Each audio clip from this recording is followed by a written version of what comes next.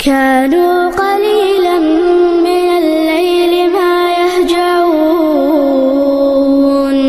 وبالأسحار هم يستغفرون كانوا قليلا من الليل ما يهجعون.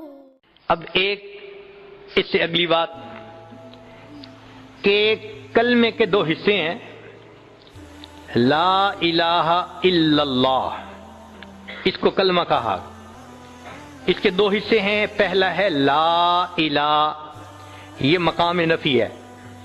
لا الہ جو دیکھا گیا، سنا گیا، جانا گیا سب اللہ کا غیر ہے، اس کی نفی کرنے کی ضرورت ہے.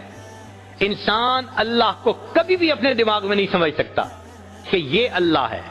وہ ہماری سوچوں سے بلند ہے، ہمارے خیالات سے بلند ہے، ہمارے حدود سے بلند ہے. تو لا الہ کو کیا کہا؟ مقام نفی کہا. اور الا اللہ یہ مقام اثبات ہے کہ ایک اللہ کا اثبات کرنا ہے. تو اس کو نفی اثبات کہتے ہیں.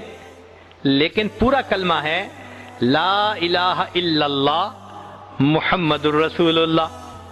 ہمارے مشائخ نے، مشائخ ذکر و سلوک نے، تصوف نے اس کو یوں سمجھایا کہ لا الہ یہ طریقت ہے، لا الہ یہ کیا ہے؟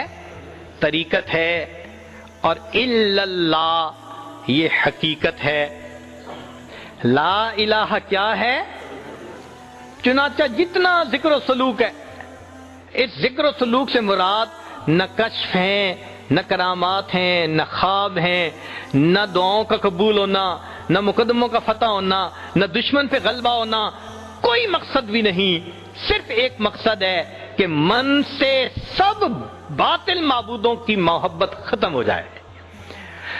تو لا الہ یہ طریقت ہے اور الا اللہ یہ حقیقت ہے اور محمد الرسول اللہ یہ شریعت ہے. ایک کلمے کے اندر تینوں کی معرفت اللہ نے عطا فرما دی. اللہ تعالیٰ اس کلمے کو بار بار پڑھنے کی اور اس کلمے کا جھاڑو اپنے دل پر پھیرنے کی توفیق عطا فرمائے. کہنے والے نے کیا پیاری بات کہی، تیرے سوا معبود حقیقی کوئی نہیں ہے، کوئی نہیں. تیرے سوا مشہود حقیقی کوئی نہیں ہے، کوئی نہیں.